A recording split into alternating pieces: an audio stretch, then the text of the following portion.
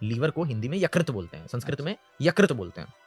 अब मुझे ये बताइए, आप मेरे सामने बैठे हैं, मैं आपके सामने बैठा हूँ, एज्यूम करिए आपने कभी पढ़ाई नहीं की, मैंने कभी पढ़ाई नहीं की, आप मुझे देखकर बता सकते हैं कि मेरे शरीर में क्या क्या है? बिल्कुल नहीं। इवन आपने यदि किसी लाश की चीरफाड़ भी कर ली हो तो आपको कुछ समझ आएगा कि उसमें हड्डी, मांस, लोथड़े के अलावा और कुछ है। लेकिन संस्कृत में शब्द है लीवर का, इसका मतलब उन्हें पता होगा लीवर क्या है। ये तो मैं एक एम्पेरिकल एविडेंस दे रहा हूँ कि लीवर को यकृत कहा जाता है, और आज से नहीं कहा जा रहा है, 500 साल पहले भी यकृत कहा जाता था और बहुत ग्रंथों में मिल जाएगा। 500 साल नहीं, इसके तो बहुत पुराने इतिहास हमको मिलते हैं और तुम्हारे ही लोग नहीं जानते थे। ग्रंथों में मिल जाएगा। हो सकता है हमने यकृत क्यों दिया, यह मतलब गति प्रदान करना, कृत मतलब जो गति प्रदान करने के कारण जाना जा रहा है वो यकृत। यकृत का मतलब हो गया वहां गति प्रदान करना, और गति का जो कृत कर रहा है वो यकृत है, तो ये लीवर का कार्य है।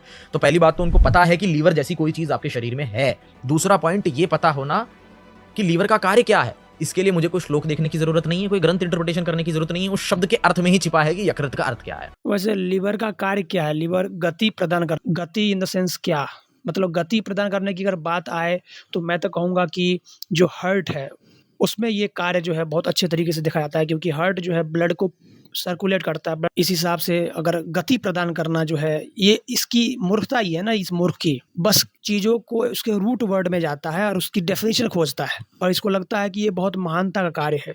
जैसे कुछ दिन पहले बोल रहा था कि अग्नि का मतलब जो आगे आगे चलता है वो अग्नि, ऐसे में तो हर चीज़ अग्नि। फिर तो मोहित गौर किसी दिन आगे आगे चलेगा, वो भी अग्नि, जो आगे चल रहा है वो अग्नि, ऐसा थोड़ी होता है। इसी तरह से मोहित समाजी यहाँ पर कह रहा है कि जो गति प्रदान करता है वह यकृत है। फिर तो हृदय का हृदय नाम क्यों रखा, उसका नाम यकृत रख देना चाहिए था। तो हमारी जो बॉडी है उसकी एनाटॉमी क्या है, उसमें कौन कौन से अंग पाए जाते हैं, इसका ज्ञान हमें केवल 500 साल पहले नहीं हुआ है, न ही जब वेद आए हैं तभी हमको इसका ज्ञान हुआ था। इसका इतिहास वास्तव में बहुत पुराना है। इसके ओल्डेस्ट फिजिकल मॉडल जो हमको रिकॉर्ड प्राप्त होते हैं उसके हिसाब से लगभग 3000 से 2000 ईसा पूर्व इसका इतिहास जाता है।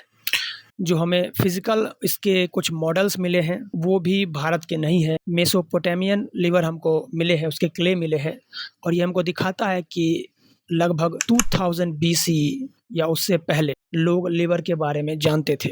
इंसान हजारों सालों से शरीर के आंतरिक अंगों के बारे में जानता आया है। यह ज्ञान पशु बलि, युद्ध के मैदान में लगे घावों और प्राचीन ममीकरण या अंतिम संस्कार की रीतियों के माध्यम से प्राप्त हुआ।